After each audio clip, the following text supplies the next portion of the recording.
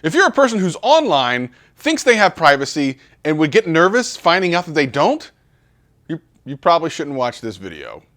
Because I'm going to keep it real. You've never had privacy on the internet, and I'll tell you why right after this. This is, you listening to Travis.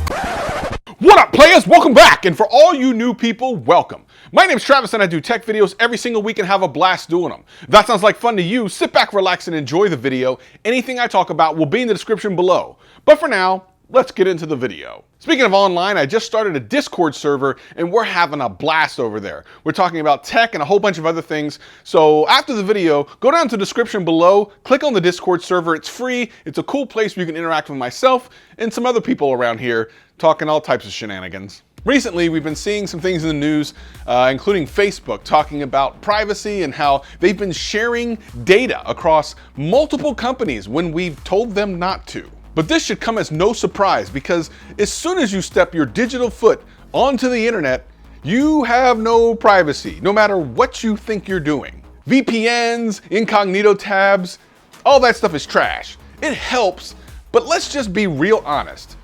You should expect no privacy on the internet. None.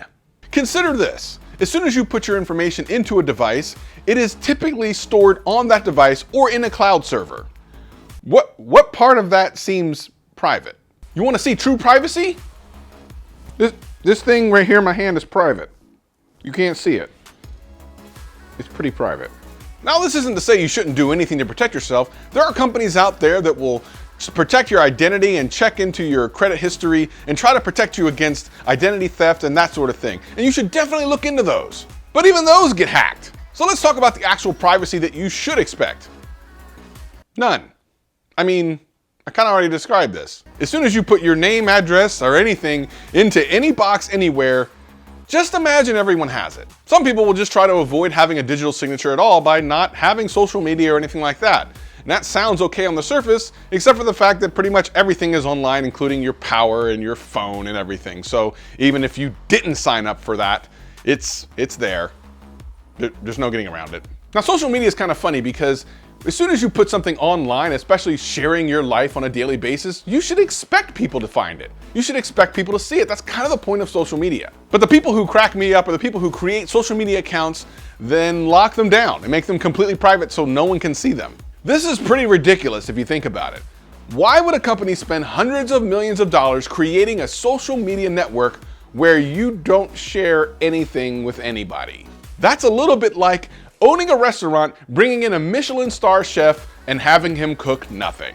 Regardless if you have your privacy settings on Facebook, Twitter, Instagram, whatever, set to just you and your friends or just you, expect anything that you input to be able to be output somewhere else. At this point, I'm kind of numb to it all. None of this stuff really worries me. I just assume that my stuff is out there somewhere. I mean, heck, I'm on YouTube, so obviously I'm putting stuff out there, but it's just one of those things you just can't carry with you every single day. You'll die of a nervous breakdown. But just know that your stuff is going to get leaked or hacked. I mean, your identity probably will be stolen in your life.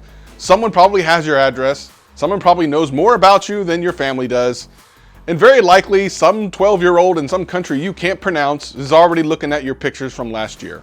Just make sure those pictures aren't ones you don't want to get out. This doesn't mean that I'm absolving these companies of trying to do the right thing by protecting our privacy. That's not what I'm saying at all. I'm just saying that there's a legion of people out there trying to get into private accounts, hack pictures, account numbers, everything, and trying to expose everyone to everyone else. Now back to Facebook for a moment.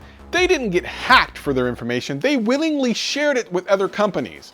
This is kind of problematic because in the settings of your Facebook, you can tell them not to share certain things to other companies, but they did anyway. And they did this to gain a strategic advantage in getting more people to the platform while giving information to other companies that they could leverage to, of course, sell you more products. And Facebook isn't here to just share your pictures of Aruba that no one cares about. They're in this to make money. So when you're playing the game of the internet, just understand, you have no privacy. There is no privacy. I don't care what you do, what program you use, or anything. Like, anything. But this shouldn't scare you. Just know going into it that anything you write, type, or whatever, including in our Discord, make sure you check it out in the description below, can be found by someone else somewhere and may be exposed to people that you normally wouldn't want it to be exposed to. So just understand, before you type something, tweet something, put something on Facebook, imagine that it gets out to everyone you will ever meet. Use that as your ruler as to whether or not you should post it. Heck, I've been kind of guilty of not doing that in my past, so I went back, removed a whole bunch of stuff, and I'm starting to use that as my new bar for posting on social media. I have a lot of thoughts about a lot of things, but I typically don't share them on social media because the last thing I would want that to do is come up in the middle of a meeting with a potential new sponsor. And for you guys and gals out there in an interview for a new job. Because I'm not sure if you're aware, but a lot of companies are looking at people's Facebook, Twitters, and Instagrams before they hire you or even give you an interview. So if you're on there wilding out from last Thursday because you had one too many drinks, you might want to consider removing that. Listen, the idea of privacy is long gone. As soon as you're born, your information is uploaded to some server somewhere. Even if you never touch a digital device for the rest of your life, which at this point will be practically impossible, your information is out there. People will find out who you are and know more about you than you would ever feel comfortable with. Take precautions, but don't have a heart attack over this stuff.